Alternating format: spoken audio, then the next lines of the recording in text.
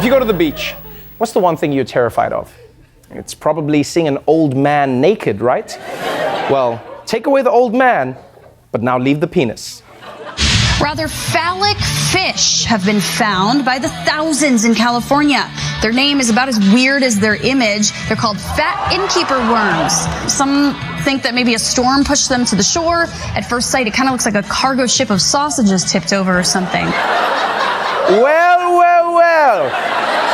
Looks like the Little Mermaid had quite the bachelorette party. For real though, it's like the ocean is sending us dick pics. What was that? And like, I don't even know. I didn't know that there were penis fish. I don't know about you. Although now I finally understand why Rose pushed Jack off the door in the Titanic. She was like, you know what? I'll be fine on my own. Just go.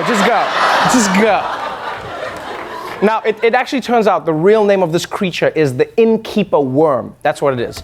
And I just gotta say kudos to the scientists who came up with that name. Because it takes a lot of maturity to look at that and be like, what should we call it? Innkeeper Worm? Yeah. Let's go with Innkeeper. That's the first thing I thought of. Yeah, Innkeeper.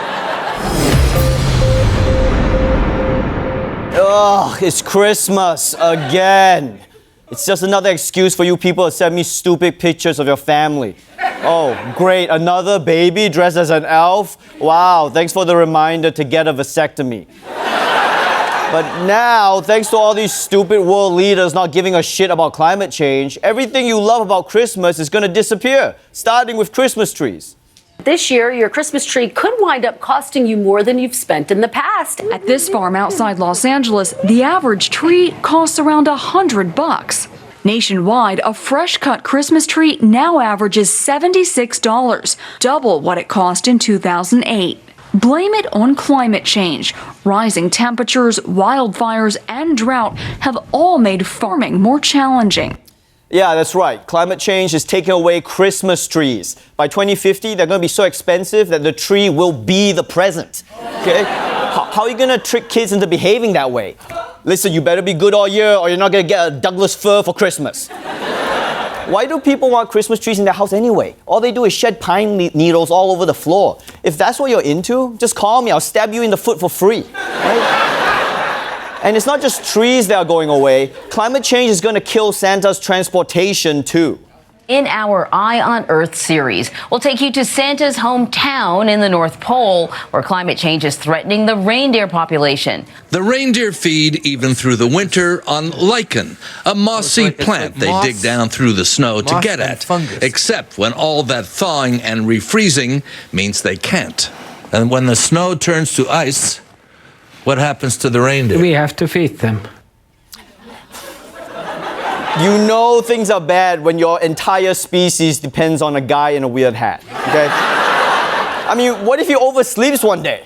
He'll be like, oh shit, my alarm didn't go off, now I need to dig a mass reindeer grave. And this is a big problem, okay? Because without reindeer, how is Santa gonna get around? He's gonna have to hitchhike around the world, trading rides for hand jobs, okay?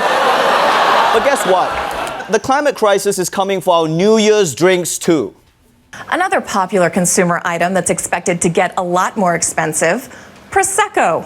Climate change is doing a number on the grapes that make the sparkling wine. Paolo Tomasella says extreme weather is posing new challenges at his vineyard. Climate change is a big problem. When it's hot, it's very hot. When it's raining, it rains very much.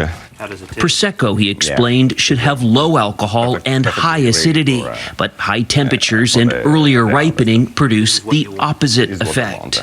That's right. Thanks to climate change, Prosecco is going to cost more and taste worse. Although, to be fair, if you cared about taste, you wouldn't be drinking Prosecco, okay? You peasants. Prosecco is just champagne that dropped out of high school, okay? You know what my holiday drink of choice is? It's good old-fashioned rubbing alcohol. That's right. Sure, it'll make you go blind, but that's when the party really starts. So, Happy New Year, everyone. Spoiler alert, 2020 is going to be worse. Ronnie Chang, everyone. We'll be right back. Let's kick it off with the major news that is shaking up the art world. For a century, the Mona Lisa has been considered one of the most important paintings of all time. But now we're learning it may only be half as special as we thought. There is only one Mona Lisa, right? Well, maybe not. This morning, what might be another Mona Lisa? If it turns out to be a real Mona Lisa, it could be worth $500 million. This controversial other portrait, so similar to Leonardo da Vinci's masterpiece, has long sparked intense debate. Is it just a copy or an earlier version finished by da Vinci himself? The minute I saw this work, I was really blown away. It took me 5 minutes and I was convinced. It took you 5 minutes and you were convinced?